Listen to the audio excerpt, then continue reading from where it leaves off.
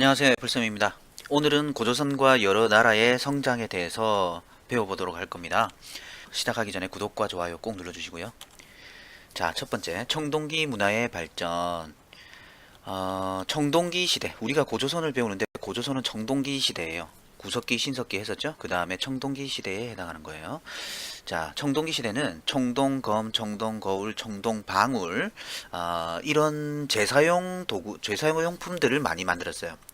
그리고 이제 지배계급들이 청동기를 많이 가지고 있는 거죠. 그래서 옆에 보시면 청동농기구가 없어요. 네, 청동농기구가 없다. 왜 그러냐면 청동제는 귀하기 때문에 지배계급들만 가지고 있다. 검이나 거울이나 방울은 제사용 도구이다. 그래서 농기구는 없다. 대신 농기구로 썼던 건 여전히 이제 반달 돌칼, 신석기 시대에도 썼던 돌칼을 사용했다. 이렇게 생각하시면 됩니다. 앞에 그 신석기 시대에서 그 농사를 시작을 했었는데요. 청동기 시대는 벼농사를 시작하게 됩니다. 벼농사. 그러니까 쌀농사죠. 그죠? 요거를 구분을 하셔야 돼요. 벼농사의 시작은 청동기 시대입니다. 자, 마찬가지로 그 농사를 짓다 보면 토기가 필요하죠. 신석기 시대는 빗살무늬 토기였는데 청동기 시대의 토기는 민무늬 토기를 사용하고 있습니다. 기억하시고요. 자, 농경이 이제 많이 발달하게 돼요. 농경이 발달하게 되면 생산력이 많이 늘어나게 됐다. 생산력이 늘어났다. 많이 생산됐다. 그러다 보면 잉여 물품들이 생기게 되죠. 남는 것들이 생기게 돼요. 그 남는 거를 가지는 사람들은 잘 살게 되고 못 가진 사람들은 그 가진 게 작은 사람이 되는 거죠. 그러니까 빈부차가 생기게 되고 그게 바로 계급이 되는 거예요. 계급이 발생하게 돼요. 많이 가진 지배계급과 많이 가지지 못한 피지배계급이 생기게 됐어요. 그래서 신석기 시대와는 달리 구석기 신석기는 평등사회인데 청동기 시대부터는 불평등사회, 즉 계급사회라는 것을 알아두셔야 됩니다. 아시겠죠? 자, 그리고 사는 집은 마찬가지로 움집이에요. 신석기도 움집이고 청동기도 움집이에요. 뭐 조금 다르다 그러면 평수가 좀 더 넓다? 집이 좀 더 크다? 뭐 그 정도로 생각하시면 되겠습니다. 그리고 무덤으로 고인돌을 제작했다. 지배계급의 무덤이죠. 지배계급의 무덤. 그러니까 군장의 무덤으로 고인돌을 제작을 한 겁니다. 고인돌 같은 경우에는 그 탁자식 고인돌. 요게 이제 좀 바둑판식도 있고 그런데 탁자식 고인돌이 유명하죠. 청동기 시대에 고인돌 말고도 무덤 양식이 하나 더 있는데 돌널 무덤이라는 게 있습니다. 그러니까 무덤은 철기 시대에 무덤 양식이 두 개가 있어요. 동무덤, 널무덤. 그거와 구분해서 공부할 수 있도록 해야 돼요. 그래서 청동기 시대의 무덤은 고인돌과 돌널 무덤입니다. 여기는 안 나와 있지만 고인돌과 돌널 무덤. 자, 그 다음에 고조선의 성립과 성장. 첫 번째, 고조선의 성립. 우리나라의 청동기 문화가 들어서고 우리나라 역사상 최초의 국가, 청동기 시대에 국가가 들어서게 되죠. 그때 최초의 국가가 바로 고조선이다. 고조선 하면 나오는 게 이제 단군 신화 얘기가 나옵니다. 그죠? 이게 실려 있는 게 삼국유사예요. 일연이라고 하는 스님이 쓴 삼국유사에 고조선에 대한 단군 이야기가 들어 있습니다. 삼국사기가 아닙니다. 삼국사기는 김부식이 쓴 역사책이고 삼국유사라고 하면 민간에 떠돌아다니던 이야기들을 적어 놓은 책이 돼요. 그래서 삼국유사에 단군 이야기가 있다. 단군 신화에 대해서 잠깐 얘기를 하자면 환인의 아들 환웅이 인간에게 관심을 가지고 널리 인간을 이롭게 할 만하다라는 말이 나와요. 그래서 이제 지상에 내려왔다라는 얘기가 나오는데 널리 인간을 이롭게 할 만하다 이게 바로 홍익인간 사상이에요. 홍익인간 상상. 그 다음에 비, 바람, 구름을 관장하는 사람을 데리고 왔다라는 얘기가 나오는데 그건 농사를 중요시한다라는 얘기가 됩니다. 그 다음에 곰하고 호랑이하고 마늘만 먹잖아요. 쑥과 마늘 먹고 동굴에서 뭐 한 달 뭐 살았는데 결국은 곰은 사람으로 변해서 그 웅녀와 환웅이 결혼을 하죠. 그 얘기가 뭐냐면 환웅 부족이랑 곰 토템으로 모시는 부족이랑 곰을 토템으로 하는 부족이랑 결합을 해서 만든 게 바로 고조선이다라는 얘기가 되는 겁니다. 아시겠죠? 그러니까 단군 신화라고 해서 그냥 뭐 말도 안 되는 얘기야 이게 아니라 역사적 사실을 가정에 뭐 찾아가 보면 이런 내용들이 있다라는 걸 아실 수 있습니다. 그 다음에 고조선의 영역을 나타내는 유물에 비파형 동검, 탁자식 고인돌, 미송리식 토기라고 세 가지가 있어요. 자, 이게 무슨 말이냐면 고조선의 영역에서 발견되는 유물 세 가지입니다. 세 가지니까 요거를 꼭 알아두시면 좋겠어요. 비파형 동검이에요. 비파형 동검. 비파형. 중국의 비파라고 하는 악기를 닮은 동검. 그 다음에 탁자식 고인돌. 그리고 미송리식 토기라고 하는 겁니다. 미송리식 토기. 미무늬 토기. 미송리식 토기. 요게 발견되면 고조선의 영역이다. 이렇게 생각하시면 됩니다. 자, 그 다음에 고조선의 성장이라고 하는 부분인데 긴 내용을 간단하게 몇 가지만 이제 순서대로 좀 정리를 할 거예요. 고조선의 역사를 순서대로 몇 가지만 정리를 할 거예요. 우선 이제 중국의 연나라와 대립을 했었다. 처음에 중국의 연나라와 대립을 했다라고 나오는데 이 연나라라고 하는 것은 앞에서 주나라 배웠죠. 은나라 다음에 주나라. 그 주나라의 제후국들끼리 싸우는 시대를 춘추 전국시대라고 합니다. 춘추 전국시대. 춘추 전국시대의 그 제후국 중에 하나인 게 바로 연나라예요. 우리나라와 국경을 접하고 있는 고조선과 접했던 연나라와 대립을 먼저 했다라는 겁니다. 그 다음에 등장하는 게 위만조선이에요. 연과 먼저 싸웠고 그 다음에 위만조선 얘기가 나오는데 위만이 중국 사람이에요. 중국의 위만이라고 하는 사람이 고조선으로 넘어와서 투항을 합니다. 자기의 세력들을 이끌고 와서. 근데 이 사람이 중국에서 오면서 우수한 철기를 가지고 와요. 철기. 청동기 시대잖아요. 그죠? 물론 고조선도 저 때는 이제 철기를 썼지만 뛰어난 철기를 가지고 왔다는 겁니다. 그러자 왕이 위만을 보고 그 고조선의 그 국경지대를 지키도록 해요. 고조선 국경지대를 지키도록 그 명령을 했는데 위만이 배신을 하고 결국은 그 왕을 몰아내고 자기가 왕이 됩니다. 그게 바로 위만조선이에요. 아시겠죠? 위만이라고 하는 사람이 왕이 된 시절을 위만조선이라고 합니다. 이 위만조선이 했던 일이 뭐냐? 중개무역입니다. 어디와 어디? 고조선의 왼쪽 편에 있던 한나라. 한나라입니다. 한나라. 한나라와 그 다음에 조선, 고조선 밑에 있던 진이라고 하는 부분이 있어요. 진. 그래서 한나라와 진 사이에서 중개무역을 했었다라는 게 이제 그 내용이에요. 연과 대립하다가 위만이 조선을 만들게 되고 조선의 왕이 되고 그 위만 조선은 중개무역을 했다. 어디와 어디 사이에서? 한나라와 진이라고 합니다. 진 사이에서 중개무역을 했다. 그러다가 한나라에게 한무제 때죠. 한나라 무제 때인데 한나라에게 결국 멸망당하게 됩니다. 한나라는 그 망한 고조선의 영역에 사군현을 만들게 돼요. 군현, 그러니까 한나라 땅의 영토가 되는 거죠. 그러니까 뭐 지금 같으면 뭐 경상도, 전라도 뭐 이런 영토가 될 거예요. 그래서 4개의 군현을 만들었습니다. 그게 한의 사군이 되죠. 한의 사군, 한사군. 자, 요 순서로 됩니다. 처음에 연나라, 위만조선, 그 다음에 한나라. 이렇게 이해하시면 됩니다.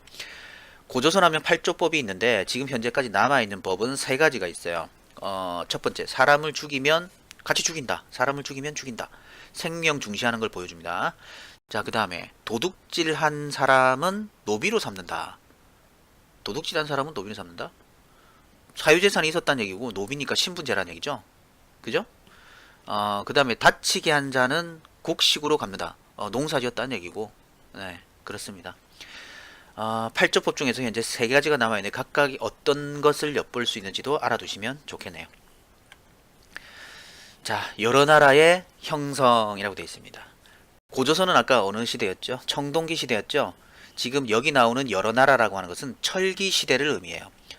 자, 철기 시대의 여러 나라들을 말하는데 우선 부여, 고구려, 그 다음에 옥저, 동예, 마한, 진한, 변한을 합쳐서 사만이라고 부릅니다. 마한, 진한, 변한을 합쳐서 사만이라고 부르겠습니다. 여기에 대방군하고 낙랑군하고 뭐 이렇게 되어 있는데 이게 바로 한의 사군인 거죠. 한의 사군. 아시겠죠? 요동군, 현도군 되어 있네요. 한의 사군. 지금 각 나라, 철기시대의 여러 나라들의 외워야 될 특징 부분들을 도표로 정리를 우선 해봤습니다. 하기 전에 여러분들은 지금 일단 부여와 고구려 두 개가 붙어 있죠. 부여, 고구려 두 개를 묶어서 생각하시고 옥저와 동예 두 개가 붙어 있죠. 요 두 나라를 또 묶어서 생각하세요. 부여, 고구려 묶고 옥저, 동예 묶고 사만 묶고 요렇게 묶어서 공부하시면 좋겠습니다. 부여와 고구려의 공통점, 일단 오부족 연맹국가예요. 오부족 연맹국가. 5개 부족이 뭉쳐가지고 하나의 나라를 만들었다는 뜻이 됩니다. 아시겠죠? 제가 공통점이 있다 그랬잖아요. 부여 고구려는 왕이 다스려요. 오부족 연맹의 왕이 다스리는 왕국입니다. 옥저하고 동예 같은 경우에는 왕이 없어요. 왕이 없고 공통적으로 읍군 삼로, 읍군과 삼로라고 하는 사람들이 다스리게 돼 있어요. 그 다음에 사만을 다스리는 사람은 신지와 읍차라고 불렀습니다. 아시겠죠? 부여 고구려 옥저동예 사만 묶어서 공부할 수 있도록 합시다. 자, 두 개 다 오부족 연맹국가다. 그런데 숭화강 유역, 저 위에 강이 숭화강이에요. 숭화강이라는 말이 나오면 부여를 말합니다. 그 다음에 사출도라고 하는 게 있는데 살은 네 가지를 말하죠. 사출도. 가, 마가, 우가, 저가, 구가. 가라고 하는 게 제후를 말해요. 제후. 귀족. 자, 말 귀족. 말, 마가, 우가, 소, 저가, 돼지, 구가, 개. 이렇게 되는 겁니다. 가축이죠. 가축 이름을 붙여가지고 네 개의 그 부족. 우두머리. 마가, 우가, 저가, 구가. 요걸 사출도라고 불렀습니다. 아시겠죠? 아까 5개 부족이라고 했잖아요. 왕 하나 있고 사출도 있으면 5개 부족 되겠네요. 네. 자, 그 다음에 풍습의 순장이라고 하는 풍습이 있어요. 왕이 죽으면 살아있는 사람을 뭐 수십 명에서 수백 명까지 한꺼번에 묻어버리는 겁니다. 왜요? 왕이 죽고 난 이후에 모시라고. 하하. 아시겠죠? 이거 순장입니다. 그 다음에 제천 행사로는 12월에 영고라고 하는 제천 행사가 있어요. 되셨습니까? 자, 부여의 키워드는 이겁니다. 사출도, 숭화강. 처음 들어보죠? 숭화강. 중국 위쪽에 있기 때문에 처음 들어보시는 거예요. 자, 숭화강 나오면 부여. 그 다음에 사출도, 부여. 순장이랑 제천 행사는 뭐다? 영고. 이렇게 기억하시면 되겠어요. 자, 그 다음에 고구려.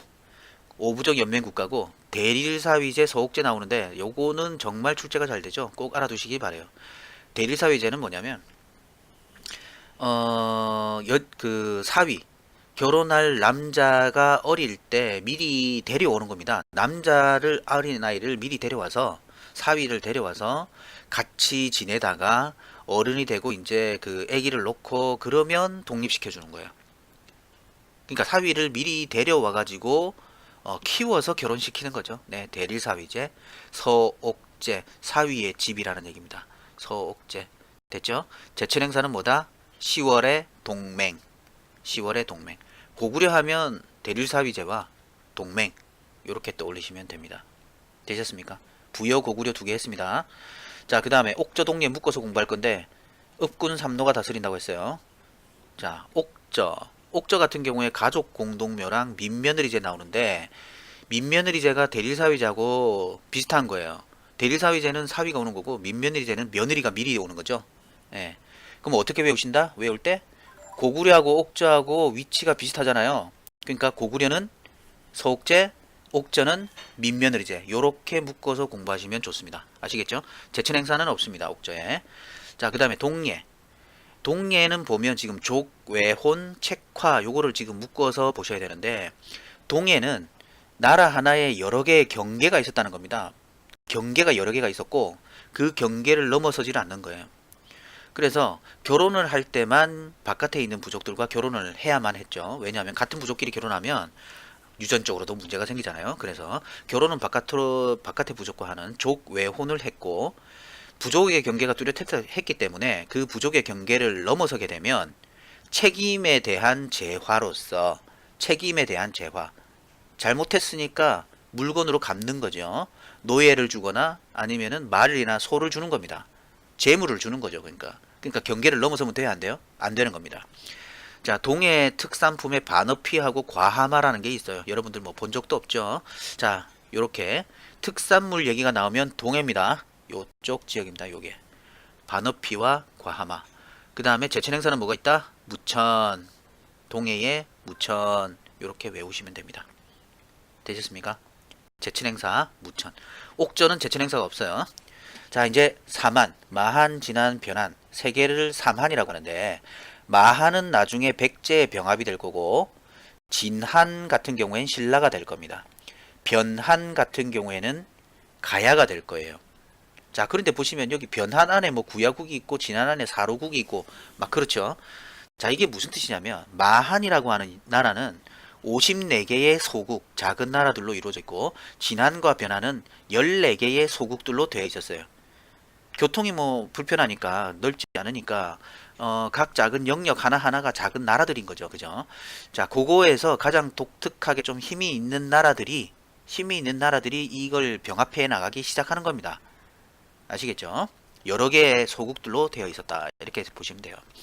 자, 사만 같은 경우에는 지금도 벼농사가 잘 되는 지역이죠. 그래서 벼농사가 발달했고 재정 분리 사회이다. 사만은 재정 분리 사회이다. 다른 데는 안 그렇다는 얘기겠죠. 여기는 재정 분리다.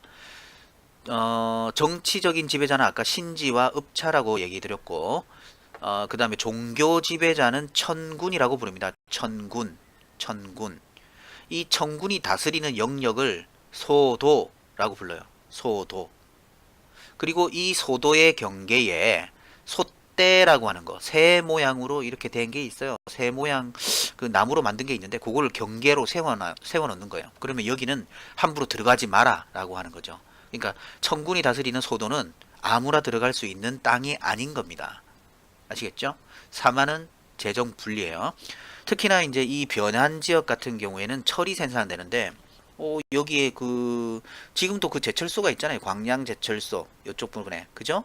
그러니까 가야도 철이 유명하고 저 땅이 저쪽 지역에 철이 많이 생산되었구나 라는 걸 알아두시면 계속 편하겠네요.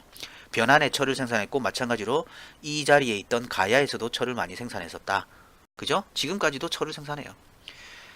자, 제천 행사는 5월째, 10월째 벼농사 지으니까 씨 뿌릴 때, 걷어들일 때, 이럴 때 제천 행사를 했다라는 얘기입니다.